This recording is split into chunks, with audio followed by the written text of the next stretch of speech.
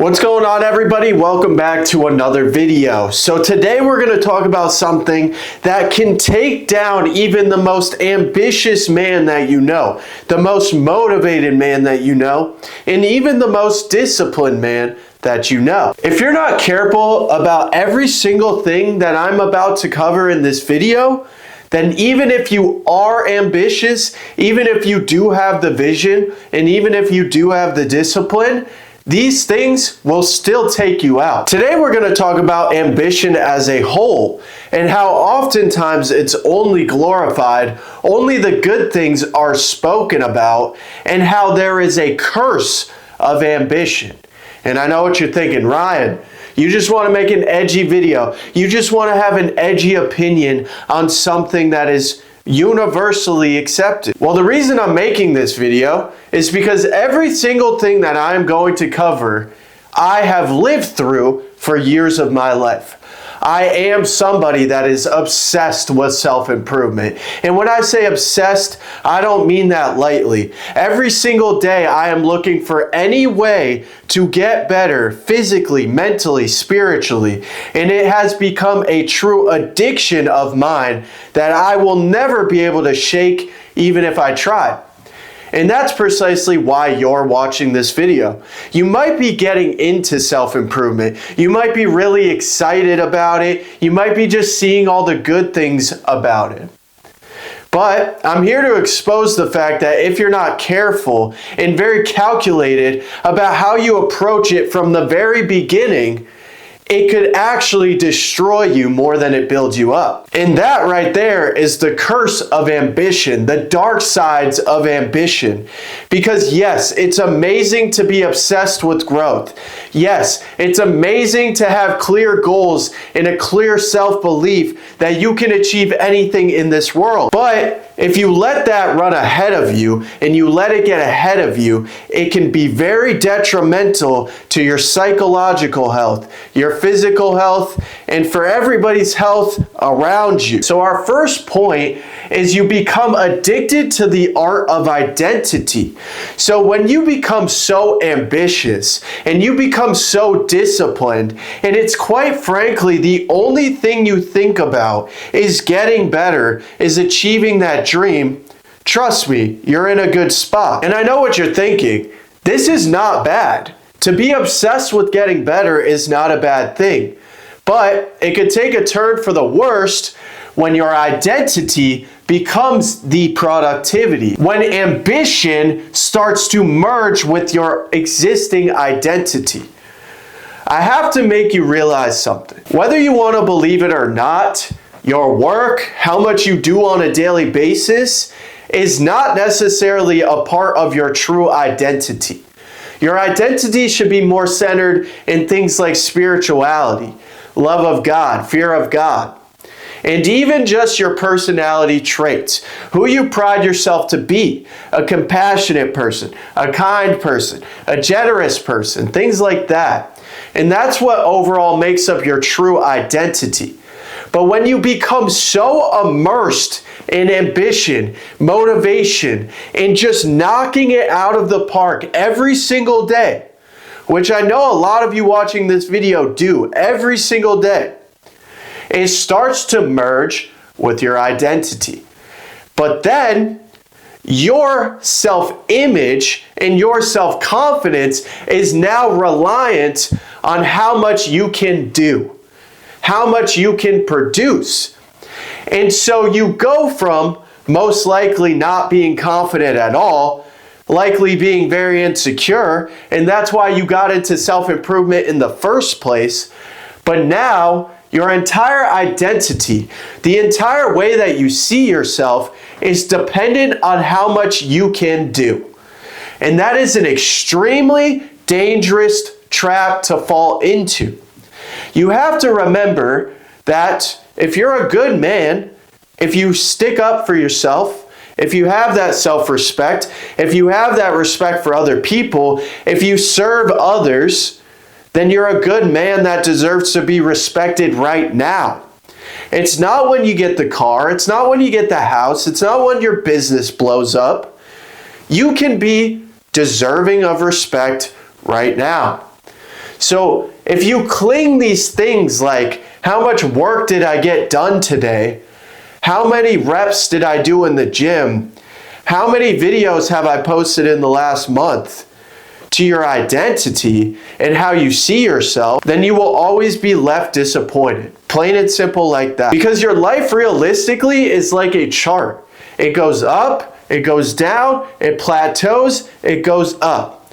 But in the long-term grand scheme of things, all you have to ensure is that there is an upward trajectory. But as a human being, with limitations of a human being, it is completely unrealistic for you to expect that your life is just a straight shot to the moon. That you're going to show up the same every single day. There is routines that you can build. There is disciplines that you can build. There is patterns that you can build in your life to ensure that you are as consistent as possible. But life throws shit at us all the time. Things that we can never expect. Losing family members, losing friends, loss of a relationship. Things that can take a toll on our mental health and throw off our psychological pattern. Because if you really think about it, your entire life is just patterns. Are you in a good pattern or are you in a bad pattern? When you're in a good pattern and it is consistent and it flows the same for a while, and then God throws something in your life to challenge you further, that is going to break your pattern. So no matter how strong you think you are, no matter how intelligent you think you are, and no matter how much of a dog you think you are, there are things that life can present that will ultimately break your pattern because you are a human being. So we don't want to expect a straight shot up with no obstacles, with no plateaus, because that's just an unrealistic expectation. And that's equally as important when starting your self-improvement journey, is to have no expectations, really. To not ride on results. So a man that is not partnering with God or partnering free of ego when it comes to business will ultimately be emotionally ruled by results.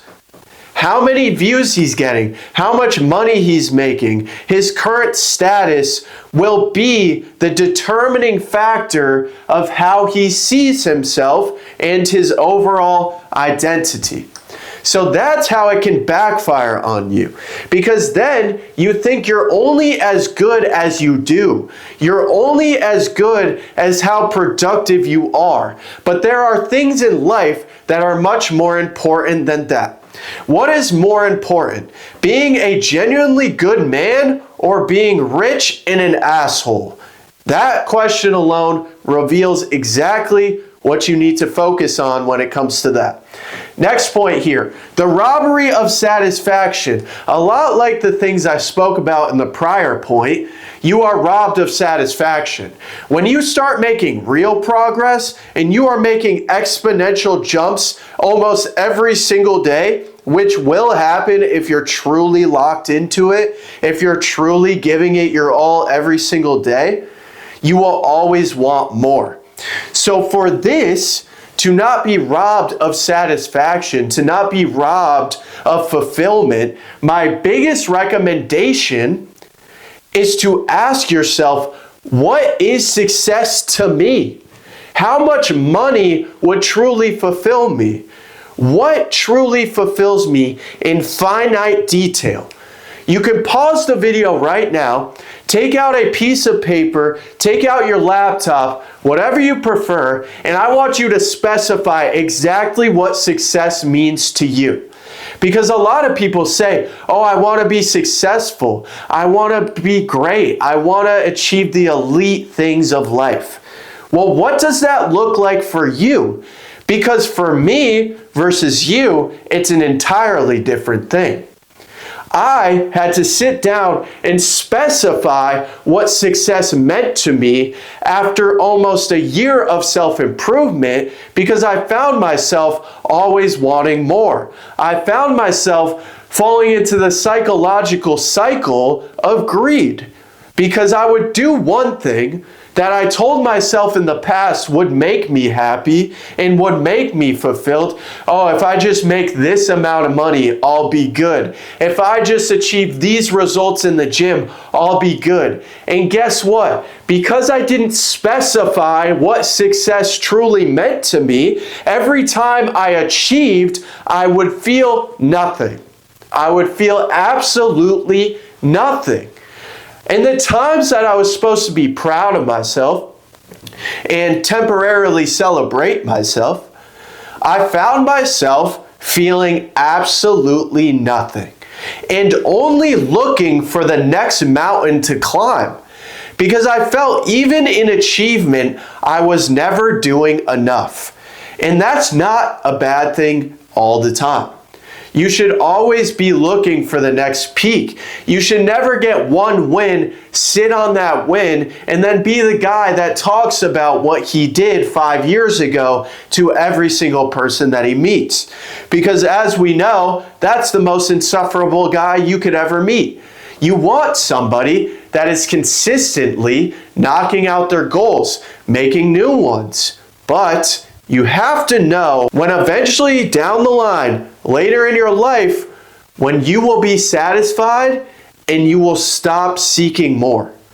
This is so important, not only for yourself, but for the people around you, your future family. If you plan to live an entire life where you give more attention, love, and care to business as opposed to your future wife, your future children, then you got it all the way fucked up, man.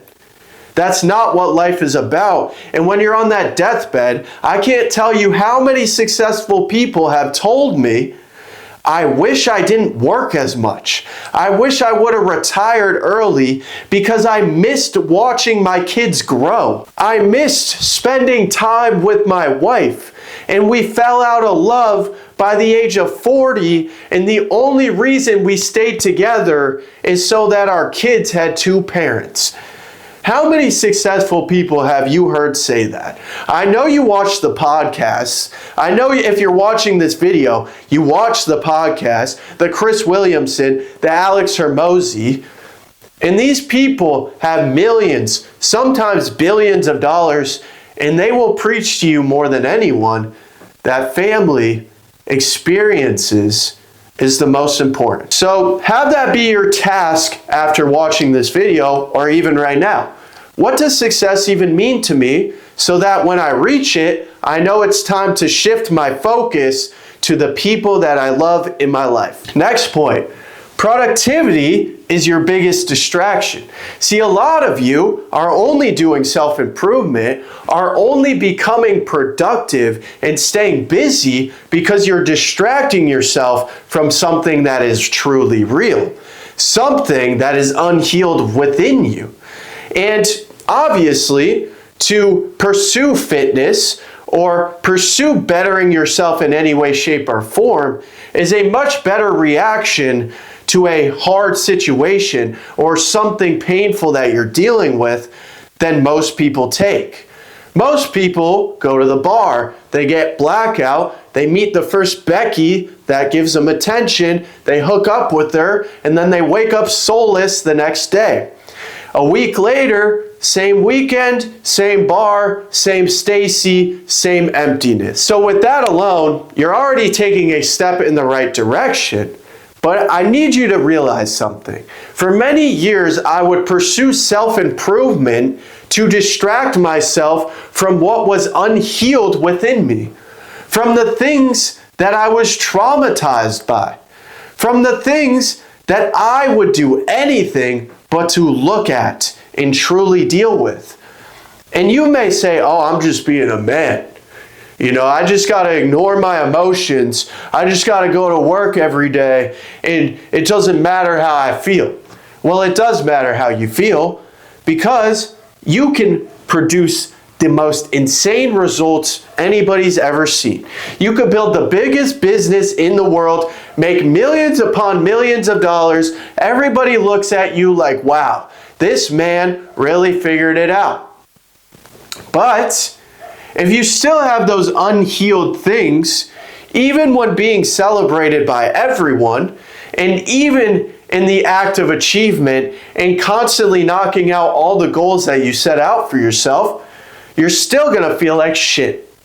If you do not heal, if you do not properly process your emotions as a man, then one day the collapse comes. You're years into your business. You're killing it. You're making money. You're inspiring people. You're impacting people. You're becoming that leader and that teacher that you always wanted to be.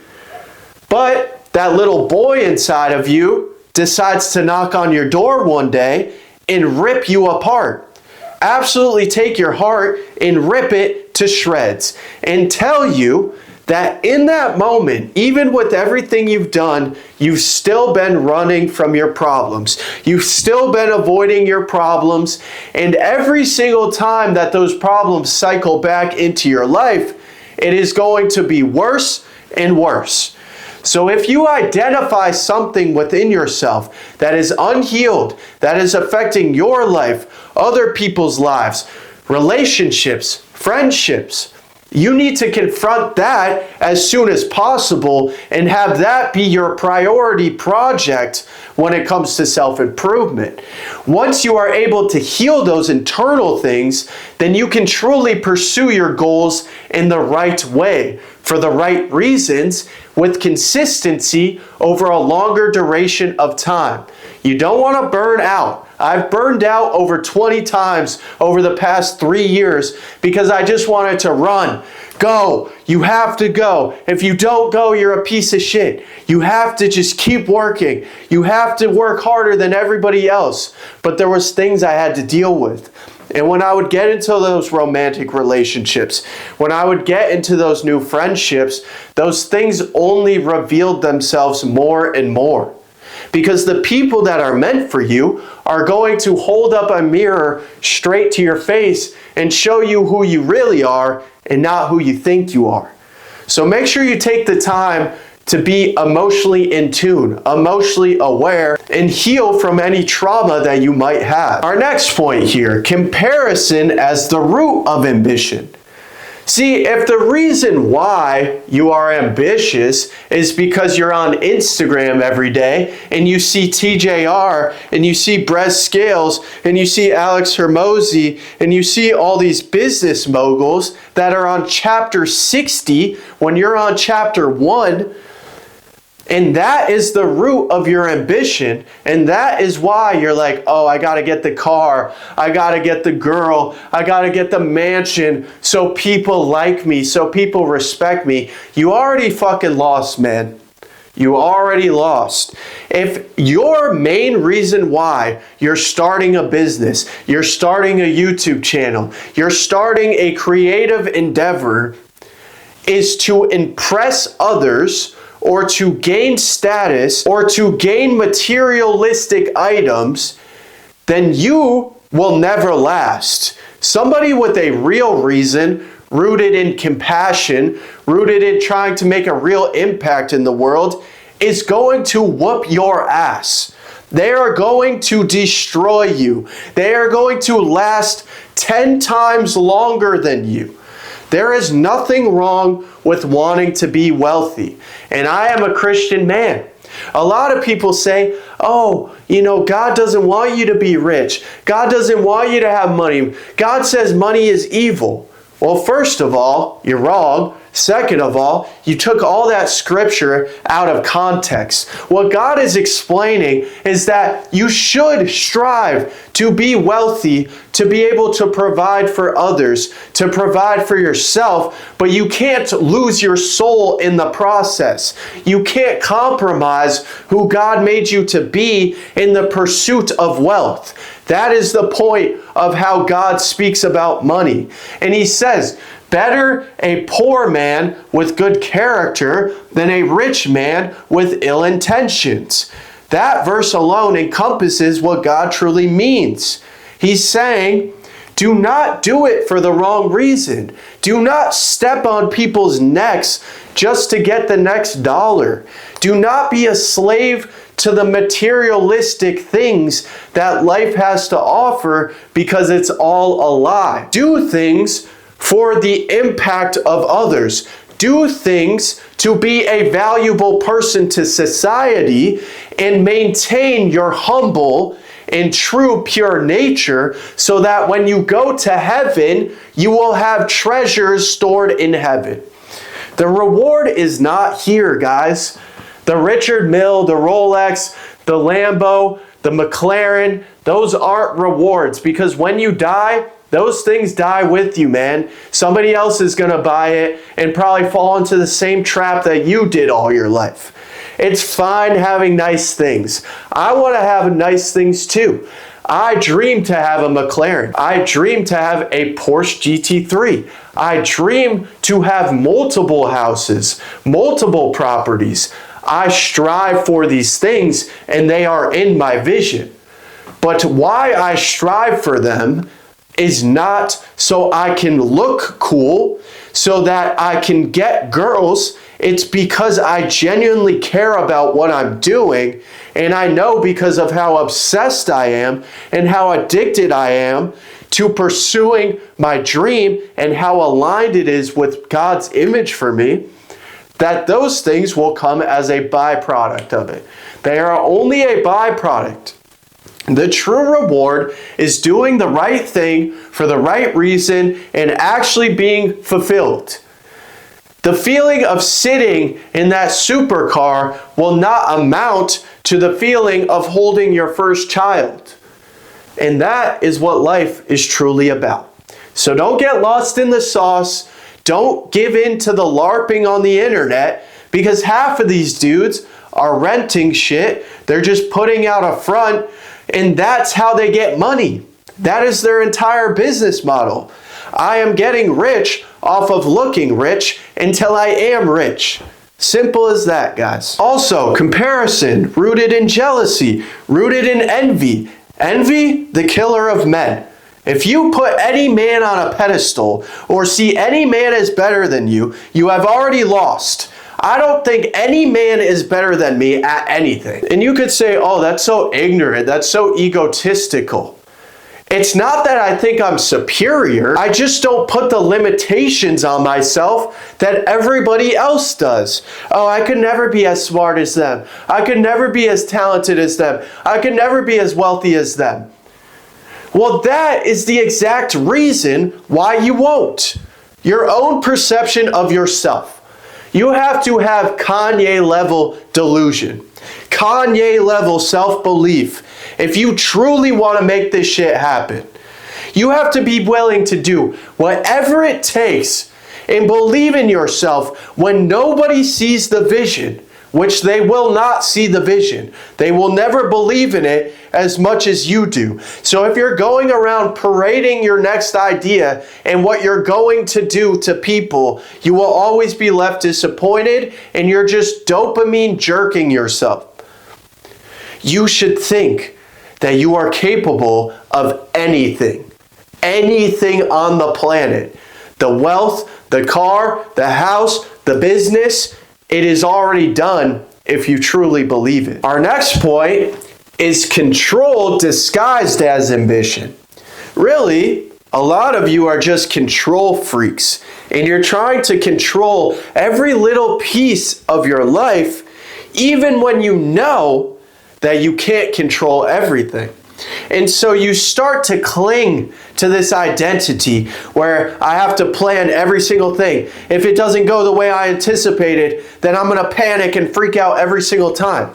If that is your mentality, you're cooked. There's no way you're making it. There's no way you're making it past 5 years.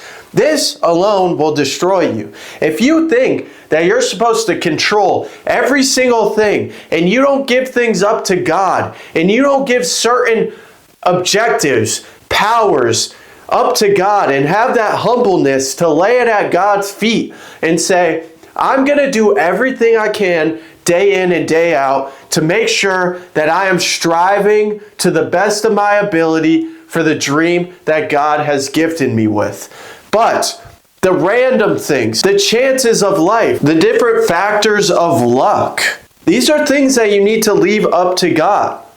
These are things that are not in your control. How people perceive you, not in your control. If that girl loves you back, not necessarily in your control. If you make $1 million versus $10 million, somewhat in your control, but certain aspects of it just simply are not in your control. If you're not okay with that, if you're not okay with the fact that life is ideally a game of chance at certain points, and you are curating what you can on your end to make sure that you put yourself in the best position, because luck is truly when timing meets preparation. Luck really doesn't exist, because I could dump the opportunity of a lifetime on a lot of you right in this moment, and because you're not prepared for it, you will completely self-sabotage the entire thing. You will fumble the bag instantaneously, and then you can't say that luck is the only factor. I got a message on TikTok the other day where a guy said, life is a constant hell because life is all luck. I said, respectfully, my friend, you couldn't be more wrong about that. You can put yourself in positions and prepare for battle in times of peace and really be prepared in those times where things are going well. When the work is getting done, when you're getting the results, those are the times that you should be prepared for war, for life, for God to throw every obstacle at you. Because if you have an elevated vision, if you have an elevated dream for yourself, you will have more challenges in your life than anybody else you know. Nobody will be able to understand half of the shit that you are talking about, that you are facing on a daily basis, and they will probably still have a worse attitude than you do. You can prepare, you can anticipate, but you shouldn't have an expectation of, I can control everything in my life, I can control everyone in my life, because quite frankly, then you're just a piece of shit. You're not a good person anymore, and you're a sociopathic freak. Let's just be honest. Next point, fear/inability to slow down. See, when you really catch that momentum and you're really locked in and your standards are quite frankly through the roof about everything in your life, you will feel like any time of rest, any time of relaxation is a bad thing and you're doing something wrong. Let me break this down a little bit more specific. Slowing down because you're lazy is not acceptable. Slowing down when you don't have the privilege to slow down is unacceptable. Slowing down and saying, I'm taking my foot off the gas because I need more balance in my life is complete and utter bullshit. Balance is bullshit. If you are a young man, 18 to 29 years old, and you're even thinking about slowing down or that there's too much on your plate, you are completely delusional, and that is a coping mechanism for the fact that you are lazy. You are plain and simple lazy. I used to do this. Oh, I've been working so hard. I deserve to go on this trip. I deserve to buy this thing. I deserve to take a few days off. Quite frankly, if your whole family isn't taken care of, if your mom is not retired, you should not be slowing down in any way, shape, or form. In your young 20s, you will never have more energy than right now. You will never have more time than right now. You will never have more of an ability to fail than right now. If you think things are hard now, when you have no children, no spouse to take care of, no people depending on you truly, then imagine how much harder it's going to be to do all of these things when you do have children, when you do have a wife, when you do have a full-time career taking all of your time away. Some of you are even younger than that. You only work part-time and complain that you're burnt out and you're too busy. Bro, you're not. You have so much more left in the tank. And quite frankly, Having all of that energy, having all of that time, and having that lack of responsibility should be a runway for you to make the most amount of progress now. Do not fall into the trap of saying, oh, I'm only 18. I have so much time left. You don't have time to sit on your ass and do nothing. You don't have time to chase girls around the bar hoping that one of them sleeps with you. You don't have time to scroll your life away. You have time to make mistakes. You have time to try things. That's what you have time for. Time is not an excuse for you to be a lazy degenerate. Time is an opportunity for you to go out there, take multiple risks, try all the things that you think align with you, and get to that one path that you will stick to throughout your whole 20s. Simple as that. But this can also be a detriment to you. Slowing down might just be taking 20 minutes to yourself. Might be taking an extra rest day once in a while because you've slept for 3 hours the past 2 weeks and your body is looking at you like, what the fuck are you doing? If you sacrifice your health in pursuit of work, then it's worth nothing. Because as Higher Up Wellness says, you have a list of problems until you have a health problem, and then you have one problem. If you are sacrificing your mental and physical health to try to get a Lamborghini, then you have it all the way messed up. You need to keep those in check, and quite frankly, if you structure your life and you create a viable routine, you will be able to fit all of these things into your life. I work a full-time job, I run a business, I post almost every single day, I make multiple YouTube videos per week, I go into the gym 5 days a week, I meal prep, I do all of these things, and I still have time at the end of the day to sit there for 30 minutes, let my mind just settle for a bit, and get good sleep. You don't have to sacrifice your entire life in order to just achieve things. If you structure it, if you put a routine behind it, it is very much possible. Are you going to have to wake up earlier? Hell yeah, you are. But that's just part of the sacrifices that are necessary and part of the sacrifices that not everybody is willing to take. Slowing down shouldn't feel like a punishment to you. Slowing down should be structured into your routine, but it depends on what you define slowing down as. Slowing down for me would be reading a self-improvement book at the end of the night, watching a podcast from Chris Williamson or Jay Shetty, and learning more before I go to sleep. But those are things that I genuinely enjoy. Taking some time to go hang out with some friends, go get some food, go hang out for a couple hours, and then come back and get to work, that's fine. As long as you're not doing it too much, and as long as your whole life doesn't revolve around keeping up with the social circle and trying to be accepted in those social terms, then it is okay. It is okay if once in a while you sit down for a second and take a breath of fresh air. It is okay if once in a while you go outside, feel the sun, and truly take in what God has gifted us with every single day. But again, this is very conditional. And if you're in your young 20s or even younger, you have to see how much of an opportunity you have over your time at this current moment. You want to work really hard now so that when you are 30 and when you do have a family, you can actually be there for your children. So your children actually know their father. So your wife actually gets to spend time with you and you get to share experiences and truly be in love. Next point, the more that you become the person that you are meant to be, the more that you elevate in life, the more isolating that's going to feel. You're doing things that other people don't do. You're working harder than other people do.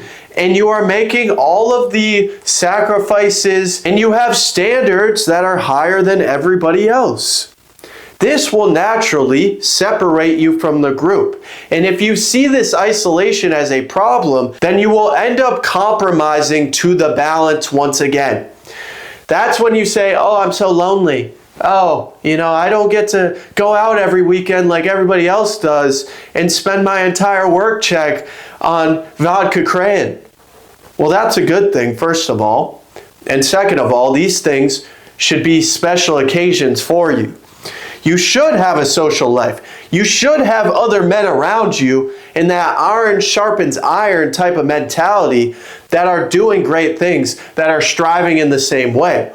Because those guys are only going to motivate you more to accomplish more. Proximity is power. Every single one of my friends, which I could count them on two hands, are doing great things, striving for the best version of themselves. And because of that, and because we're surrounded by each other, we all get better year after year. It never stops. If you get in this fear of isolation and you're willing to compromise that and hang out with people that you know aren't good for you and do things that you know aren't good for you, then you are sacrificing the gift that God gave you. God made you different. That's why you're watching this video in the first place. That's why you have an unwavering, obsessive level of ambition and vision for your life. Because God said, you are one of the chosen ones. I'm looking for you to have more responsibility, to take the risks, the sacrifices that most people will not make, and become who I made you to be.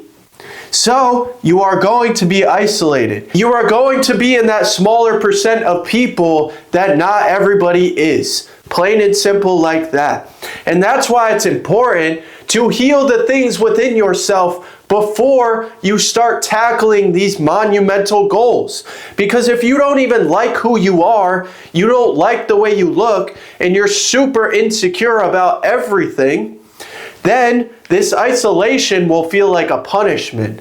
But if you are confident, if you do love yourself, if you do know yourself, if you're in a constant flow of self-discovery, then isolation will only be more of an opportunity for you to grow, for you to find the people that are meant for you, and for you to build the life that you were meant to build. And if you don't do that, and you are insecure, and you don't heal the things within yourself, you just become a working barbarian. You become a slave to yourself. And all of your satisfaction, all of your self-confidence, again, is going to ride on your results, on your productivity.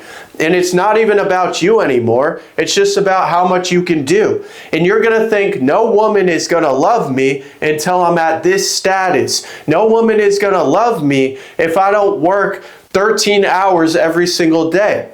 And this is the trap that you're falling in. This is the trap where all of this is going to be a wake-up call to you right now. A lot of you are years into this, and you are making progress, and you're killing the game, and you're taking care of business, but you haven't healed the things that you're supposed to. And so now you are a hollow man. You are a walking corpse. You are a walking slave to the system of work. And you have no substance to your life. You don't know what you truly like. You just do things to get money. You just do things to look better to other people. And that's how you become a shell of a human being. And then that ultimately will lead you to winning externally and losing internally. People will see you and say, holy shit, that guy is an absolute animal. That guy is an absolute dog. He takes care of business. But when you go and lay your head on that pillow at night and you go to sleep and all the distractions are gone and all of the praise is gone, you still hate yourself. You still don't like who you are. When you look in the mirror, you don't like what looks back at you. And that is the ultimate failure of life. You need to like who you are. You are who you are. You talk how you talk. Your style is what it is. Your interests are what they are. Get accustomed to it and start accepting it. Stop being your own worst enemy, because no level of achievement is going to heal that for you. You have to face the music. You have to take ultimate accountability. You have to see yourself in a hyper-realistic standpoint to realize that you are who you are, not who you think you are.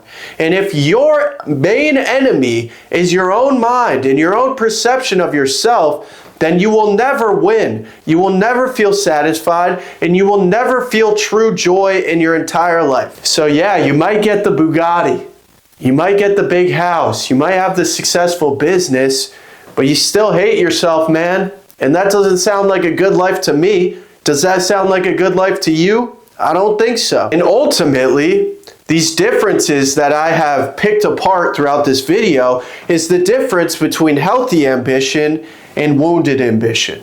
Don't do self-improvement because you hate yourself. Don't do self-improvement because you're trying to run away from yourself.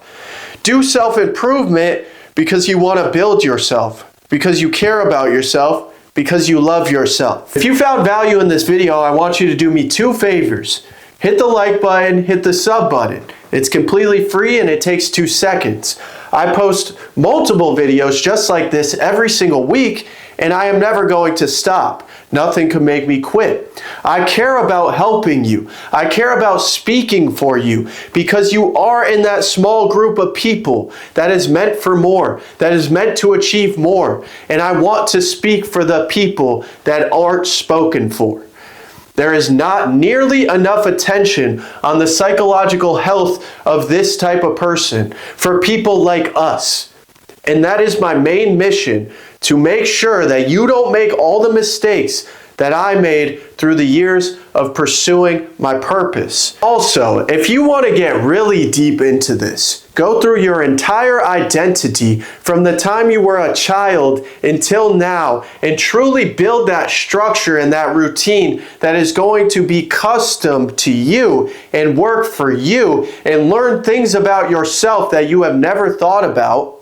I want you to DM me right here for a one-on-one coaching call. In my coaching program, we pick apart your entire psychological process, your entire set of psychological biases, all of the things that are hindering you from truly achieving what you want to achieve.